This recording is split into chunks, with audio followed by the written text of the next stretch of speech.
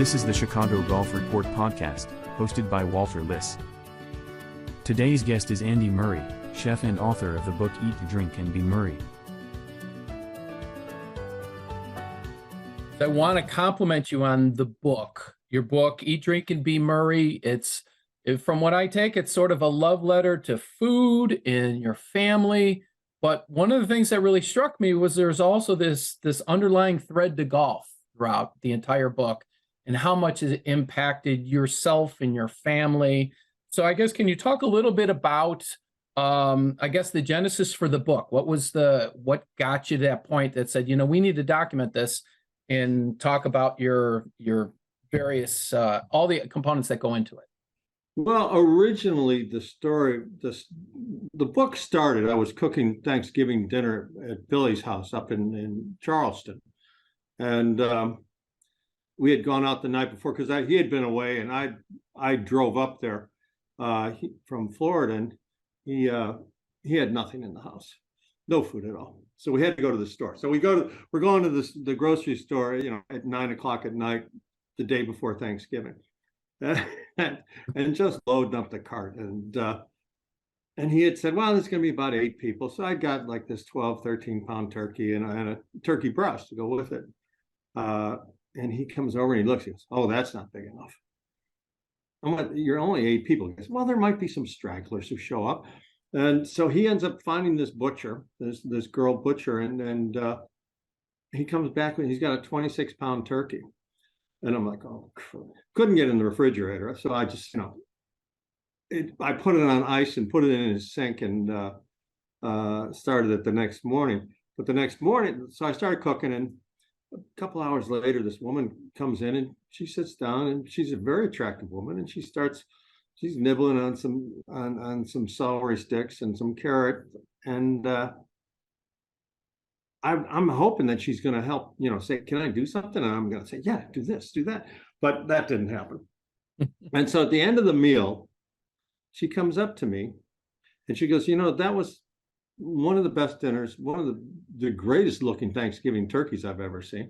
And you ought to write a cookbook. And I'm thinking, oh, criminy, what's this girl thinking? But it ended up being, it was Karen Duffy, who was Duff on MTV, the VJ, and who has become a very good friend since. And she said, no, you got to talk to my agent. And I said, well, I got a lot on my plate, and let's talk after the new year. And then the pandemic came, and I'm thinking, and 3 different people in that point had told me, within like 3 weeks, that I should write a cookbook.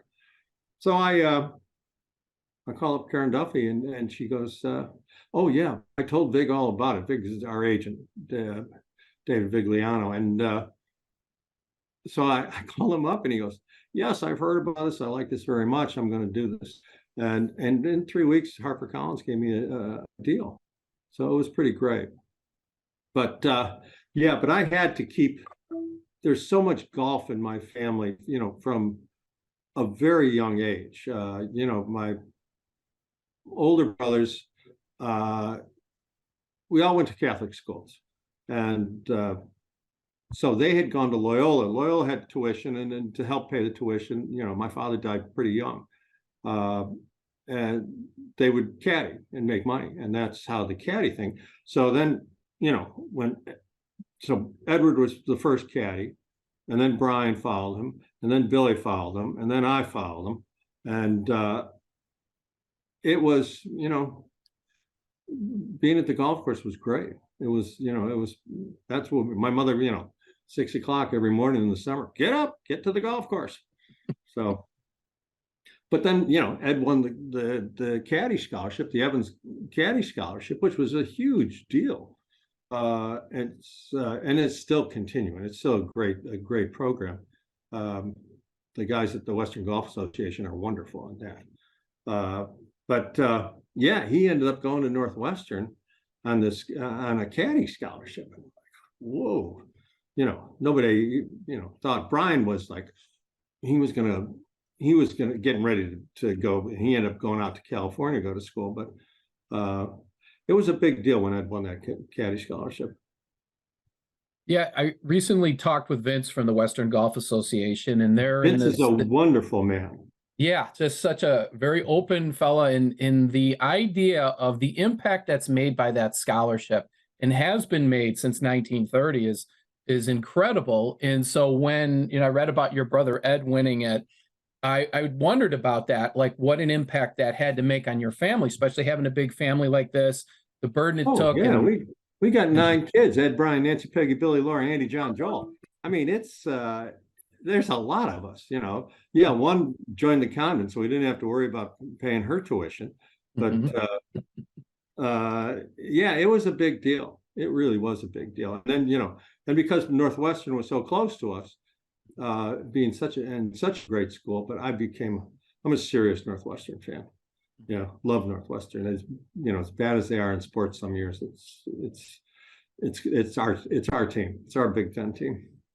So I wanted to follow up back with the book. It's a beautiful book. It's a very easy read. But it's much more than a cookbook. So you're interlacing recipes along with stories about your life, your family's life. How did you come up with the idea to create this book that is this tale that kind of intertwines all those things? Well, I have a friend of mine, Jen Weigel, who is a uh, uh, reporter, anchor, done everything on TV and radio and newspapers in Chicago. Um, she's written multiple books. And I said, I don't know how to write a book. And she said, well, start telling me stories and let's figure this out. And I would just go into these stories about food and restaurants where I worked, and she would record them and then flush them out for me. And I was like, well, this is pretty good. I can actually tell a story. I never thought I was much of it. I never considered myself a storyteller, but I'm getting better at it. One of the things you mentioned very early on in the book about is the idea that food is the great equalizer and how it can turn people's emotions around quickly, go in from being in a bad place to a good place. But you also talk in the book about how food made an impact with you and your brothers when you're on the golf course and you got superstitious in terms of, okay, we can't eat that anymore. How do you think that food relates to golf, and can it make a difference in a golfer's performance? And how do you approach it? Uh, I'm one of those people, starts the morning with 3 cups of coffee, then I'm out the door. But when you go to the golf course and, you play 9 holes, and I don't care what anybody says, it's exercise, it's working out. And we would go, and this started really this idea of, what we should eat at the halfway house was my brother Brian. We would play Rancho Park every Monday. They had the busiest golf course in America at the time, and it probably still is. But we played every morning, every Monday morning. And at the halfway house, we always ended up getting hot dogs. And our game just wasn't happening, and we couldn't understand it. And one day Brian said, "That's it. I'm not eating hot dogs anymore. We're going to hard-boiled eggs." Hard-boiled eggs. I like hard-boiled eggs. And and then I said, "It's not going to be enough." But it is one hard-boiled egg, and because they always got onions and stuff for the hot dogs on the side. You put the onions on, you put some hot sauce on, and all of a sudden our games got better. They really did get better. So I haven't had a hot dog on a golf course in a long time. But there's other things. Grilled cheese sandwiches. There's certain places that they've got a flat top in there, and they'll make you a grilled cheese sandwich, and that's you can split that with somebody, and it's almost as good as a hard-boiled egg with onions. So one golf course that you're connected with, you're certainly families connected with, is such a unique place in Chicagoland. It's Canal Shores Golf Course. Can you talk a little bit about the correlation with you, your family, and what your feelings are for Canal Shores? Canal Shores is where we got to play when we were kids, and we weren't any good. When we were caddying in Indian Hill, Mondays was caddy day, and you get out there, but it wasn't an easy course, and nobody was teaching you how to play at that point. So we would go to to Canal Shores, and it was Edward Jan, called Edward Jan at that point. But we always called it Canal Shores because it's right on the Chicago Sewage Canal there. And that's how the name came about. And they eventually did change the name to it. But I mean, it wasn't, it wasn't a serious golf course. But it was, you could play as a kid, you could play and you could learn how to play. You carry your own bag or grab a cart, not a pull cart. And then eventually, the halfway house there came up. They needed somebody to run the halfway house, and Billy stepped up and said, "Hey, I'd really like to do that, and I'll be a businessman." And it was, it was great because I would ride my bike over and say, what's for lunch, That's when I did eat hot dogs at the golf course. It was when they were free. But yeah, he'd give you 2 hot dogs and a bag of chips, Coke, and say, "Here, hit the road. I got to make some money." Here comes another foursome. But Canal Shores is a wonderful course, and we do a golf course there. My brother Joel with Betsy Shepard, a few other people, and we do it for first responders. And we bring in these first responders who've just had terrible tragedy. They've dealt with these kids getting shot up and the 9/11 firemen, and we fly them in, we put them up in a hotel, we entertain them for 3 days. Mostly, a lot of drinking is involved, and then we play golf, and we have the best time. And Canal Shores is such a weird course because it's in between streets, and so each hole it's just a little bit different. If you can't hit a straight shot, you can be in trouble, or you could be overlooking at, where the nurses at Evanston Hospital live, and, kind of hustle them. But that sometimes at work, not very often. So one of the great, I think, discussions that golfers have in the Chicagoland area is who would be on the Mount Rushmore of Chicago golf, right? And there's usually the names that come up are, say, Chick Evans, George May in the 1950s, Joe Jemsek, the Jemsek family.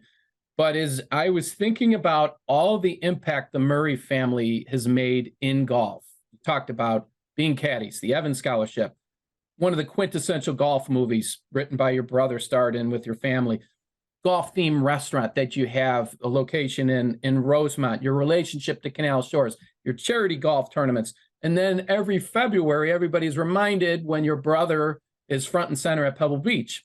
And so I would say that your family could really make a good claim to be on that Mount Rushmore of Chicago golf. How does your family do you guys still, is golf a centered topic for a lot of your discussions? We talk about it quite a bit. It's like, well, are you playing? Are you bringing your clubs? Are there going to be clubs there I can borrow? It's basically one of those.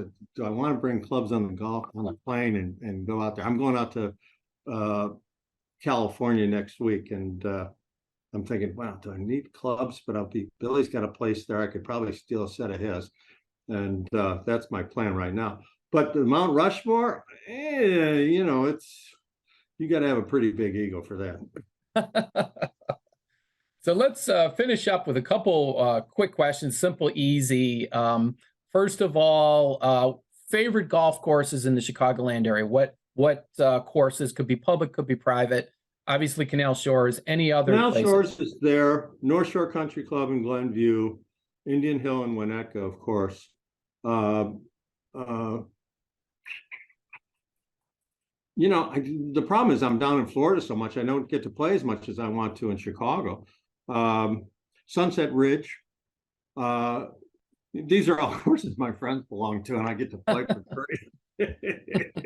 But I do like the courses, and they're always, even sometimes, there's not so many hills in the Chicagoland area on some of these golf courses. But North Shore and Sunset Ridge, boy, they can toughen up their courses real fast. And all of a sudden you're shooting 87, 89, 99, what? So it's yeah, you can go south real fast there. So then you mentioned Florida, you mentioned California. What about courses outside of Chicago? What are your favorites? Well, I'm lucky enough. I belong to Sleepy Hollow Country Club in New York. And that's a wonderful course. It overlooks the Hudson River. Gil Hans did a redo on about 6 years ago, 7 years ago. It is really hard. Actually, they're having the mid-amateur there this year. So it's really turned into a wonderful, wonderful course. Westchester Country Club, I love that. Indian Creek in Miami Beach is a fabulous course. It may have the best locker room I've ever been in. It's like a cathedral. It really is. Down here I play the King and Bear and the Slammer and Squire at the World Golf Village. I play them a lot because I'm a member here. And but I think they're wonderful. King and Bear, Arnold Palmer and Nicholas designed that, and that's the only course they both designed together. The Slammer and Squire, they say, well, it's a resort course, but it's narrow, so you better have a game that you can hit a straight ball. It's not that easy. It's not a resort course, in my opinion. So, final question: bucket list golf courses. Are there any places that you haven't played that you're like, oh, I'd love to get out there? Oh God. Yeah, there's some Alpine. Yeah, Seminole. Seminole's one I'd really like to play. Cog Hill I'd like to play. And Medina. Those I've been invited to play Medina and a couple times, and I've always got something going on. But it's not that easy. I understand. So And then the obviously the last question, and everybody always kind of defaults to this. I think it's the pinnacle. Have you ever played Augusta National?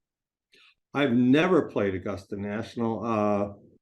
And it drives me because my brother Joel has, and Billy, of course, has. Yeah, no, I haven't played it, and I'd really like to play it. I got down here. I play the Players course, and it's a hard course, but except for those weeks, the month before and the month afterwards, it's in fabulous shape. But you can never get on it then, and it is like $500 to play. But it's like, yeah, I'll play the King and Bear.